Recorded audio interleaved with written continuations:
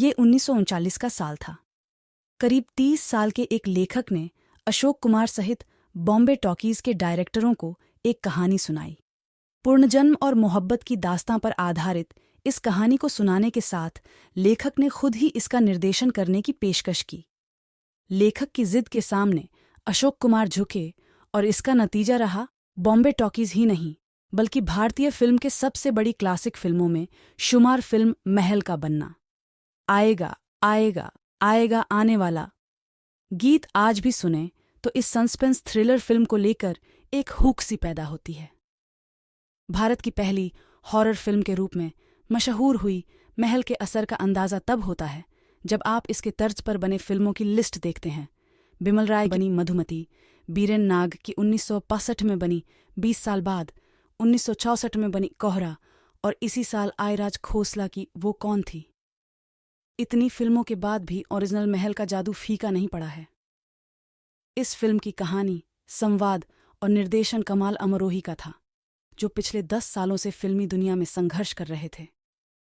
हालांकि superhit film पुकार के लिए उन्होंने लेखन का काम किया था, लेकिन महल की कामयाबी ने पश्चिम उत्तर प्रदेश के अमरोहा से लाहौर के रास्ते मुंबई आए इस संजीदा लेखक को रातों रात सुपरस्टार का दर्जा दे दिया। महल फिल्म के कुछ संवाद तो आज भी लोगों की जुबां पर मौजूद होंगे। मुझे जरा होश में आने दो, मैं खामोश रहना चाहता हूं। या फिर स्लो पॉइजन अक्सर मीठे होते हैं और धोखे अक्सर हसीन होते हैं। महल ने ही मधुबाला और लता मंगेशकर को सुपरस्टार बनाया। I want to live the story of Madhubala में खतीजा अकबर ने लिखा है कि अशोक कुमार और बॉम्बे टॉकीज के लोग इस फिल्म में सुरैया को लेना चाहते थे, लेकिन ये फिल्म के निर्देशक कमाल अमरोही थे, जिन्होंने 16 साल की मधुबाला को न केवल मौका दिया बल्कि पहली ही फिल्म में सुपरस्टार बना दिया। कमाल अमरोही किस तरह के डायरेक्टर थे, इसका अंदाज़ा इससे भी लगाया जा सकता है कि उन्होंने महल का एक गाना मुश्किल है, बहुत मुश्किल है, महज एक सिंगल शॉट में फिल्माया लिया था। सरीन मुन्नी कबीर की किताब लता मंगेशकर इन हर वायस में। लता मंगेशकर ने कमाल अमरोही के संगीत की समझ की काफ़ी तारीफ की है।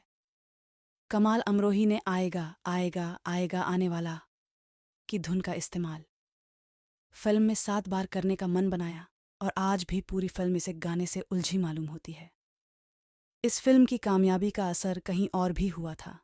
इसका जिक्र आउटलुक के संस्थापक संपादक विनोद मेहता ने अपनी पुस्तक Meena Kumari the classic biography में किया है। विनोद मेहता ने लिखा है, एक अंग्रेजी पत्रिका देखते हुए मीना कुमारी की नज़र एक तस्वीर पर पड़ी। ये तस्वीर कमाल अमरोही की थी, महल के बाद, जिसे हर स्टूडियो अपने यहाँ काम देना चाहता था। कहा जाने लगा था कि उन्हें लाख रुपए तक ऑफर किए जा रहे हैं, लेकिन मीना कुमारी को उस तस्वीर के साथ लेखक लिखा होना पसंद आया होगा। विनोद मेहता के मुताबिक कमाल अमरोही को लेकर ऐसा आकर्षण मधुबाला में भी था, लेकिन कमाल ने खुद मधुबाला में कोई दिलचस्पी नहीं ली थी। वहीं मीना कुमारी को उन्होंने अनारकली फिल्म के लिए साइन किया। हालांकि ये फिल्म पूरी नहीं हो पाई क्योंकि प्रोड्यूसर इस फिल्म का बजट कम रखना चाहते थे, जो कमाल को पसंद नहीं आया। कमाल अमरोही के पूरे करियर के दौरान ये बात साफ देखने को मिली कि उन्होंने जो भी किया तबीयत से किया, पूरे इत्मीनान से किया और खर्चे की परवाह नहीं की। हालांकि इस दौरान मीना कुमारी एक सड़क हादसे की चपेट में आ गईं और उन्हें पूना के एक अस्पताल में भर्ती कराया गया। कमाल अमरोही जब पहली बार उन्हें अस्पताल में देखने पहुंचे तो मीना कुमारी की छोटी बहन ने उन्हें बताया कि आपा तो मौसम्बी का जूस नहीं पी रही हैं, लेकिन कमाल अमरोही के सामने मीना कुमारी ने झटके से जूस पी लिया। इसके बाद मीना कुमारी को देखने के लिए कमाल अमरोही सप्ताह के एक दिन मुंबई से पूना आने लगे। कुछ ही दिनों में लगने लगा कि एक दिन की मुलाकात में दिल की बात नहीं हो पा रही है, तो फिर दोनों ने रोजाना एक दूसरे को खत लिखने का फैसला लिया। विनोद मेहता ने इस बारे में लिखा है, 31 साल का एक आदमी काली शेरवानी में एम्बेसडर कार से उतरता और खतों के लिफाफे के साथ एक प्राइवेट कमरे तक जाता था, जहां 18 साल की मीना कुमारी बेड पर मौजूद है। दोनों एक दूसरे को लिखे खत देते हैं और थोड़ी ही देर में अमरोही कार से मुंबई के लिए रवाना हो जाते हैं। जाहिर है कि मीना कुमारी और कमाल अमरोही एक दूसरे को कुछ इस कदर देखने लगे थे जिसे आज की तारीख में मेड फॉर ईच अदर कहा जाता है। मीना कुमारी के पिता नहीं चाहते थे उनकी बेटी इतनी जल्दी शादी करे, और वो भी ऐसे शख्स से जो पहले ही 2 शादियां कर चुका हो और 3 बच्चे का पिता हो। लेकिन मीना कुमारी और कमाल अमरोही के लिए एक दूसरे के बिना रह पाना मुश्किल होता गया। मीना कुमारी से कमाल अमरोही ने शादी कर ली। ये शादी कैसे हुई इसके बारे में विनोद मेहता ने लिखा है। मीना कुमारी अपनी बहन के साथ वार्डन रोड पर स्थित एक मसाज क्लिनिक पर रोज जाती थीं। एक्सीडेंट के बाद ये उनके इलाज का हिस्सा था। उनके पिता कार से उन्हें छोड़ने आते थे 2 घंटे के लिए। 14 फरवरी 1952 को दोनों बहनें पिता के छोड़ने के बाद कमाल अमरोही और उनके सहायक बाकर के साथ निकाह कराने पहुंची। काजी पहले तैयार थे। उन्होंने पहले सुन्नी रवायत से और फिर शिया रवायत से निकाह करवाया। इसके बाद मीना कुमारी अपनी बहन के साथ डॉक्टर के क्लिनिक लौटी और फिर अपने घर। इस शादी के 1 साल और कुछ महीनों के बाद मीना कुमारी कमाल अमरोही के घर पहुंची, अपने पिता का घर छोड़कर और 1 दर्जन साड़ियों के साथ। मीना कमाल को चंदन कहती थीं और कमाल मीना को मंजू। मीना कुमारी को लेकर कमाल अमरोही ने अपनी दूसरी फिल्म दायरा इसी दौरान बनाई। इस फिल्म में एक कम उम्र की लड़की अपने से अधिक उम्र के शख्स से शादी करती है और फिर एक युवा के साथ प्यार में पड़ जाती है। लेकिन तब लोगों ने माना था कि ये कमाल मीना की अपनी प्रेम कहानी है। लेकिन मीना कुमारी और कमाल अमरोही की ये प्रेम कहानी बहुत कामयाब नहीं रही। मीना कुमारी तब तक सुपरस्टार बन चुकी थीं और कभी सिनेमाई दुनिया के उभरते डायरेक्टर और निर्देशक को ये पसंद नहीं था कि उनकी पहचान उनकी पत्नी के नाम से हो। दोनों के आपसी अहम टकराने लगे। इस बीच कमाल अमरोही ने पाकीज़ा की कल्पना की। मीना कुमारी और राजकुमार की इस फिल्म को बनाने के दौरान पति पत्नी का संबंध अपने बुरे दौर में पहुंच गया था। मीना कुमारी और कमाल अमरोही अलग हो गए और पाकीज़ा भी लटक गई। इस बीच 1960 में मुगले आजम फिल्म के डायलॉग लिखकर भी कमाल अमरोही ने अपने लेखन का जलवा बनाए रखा। इस फिल्म के लिए उन्हें फिल्म फेयर पुरस्कार भी मिला था। हालांकि 1968 में मीना कुमारी कमाल अमरोही के अनुरोध पर पाकीज़ा के लिए काम करने के लिए तैयार हो गईं।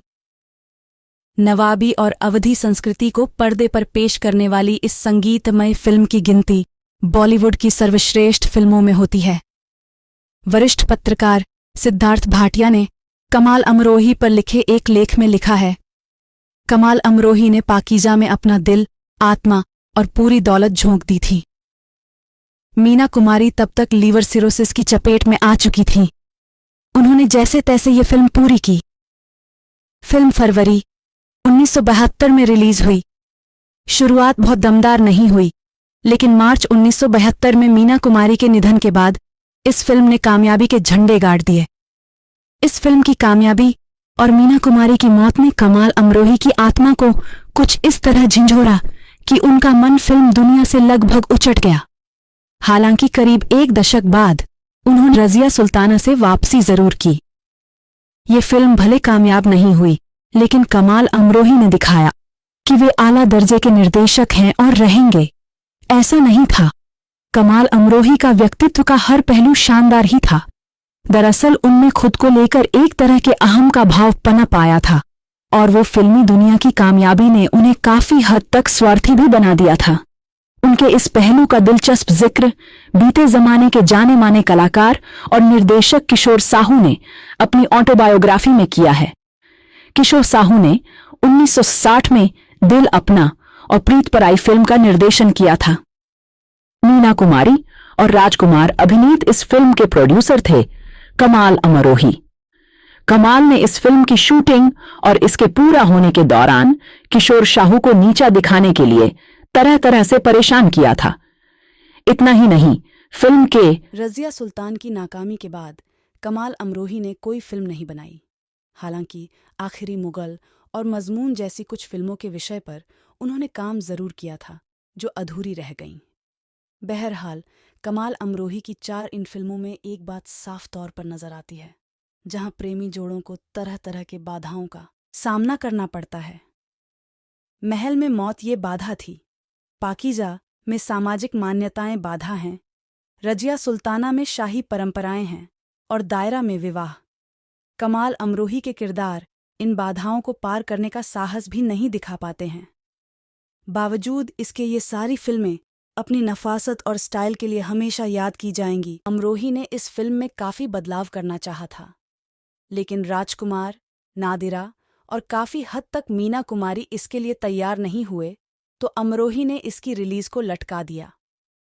मशहूर फिल्म निर्देशक के आसिफ की मध्यस्थता से फिल्म रिलीज हुई, तब गुस्से में प्रोड्यूसर के तौर पर अमरोही ने अपने सहायक बाकर का नाम प्रिंट में दे दिया। साहू ने अपनी आत्मकथा में लिखा है, कमाल ने मुझसे कहा था कि फिल्म जब जुबली होगी तो साहू साहब आपको आपकी पसंद की कार गिफ्ट करूंगा।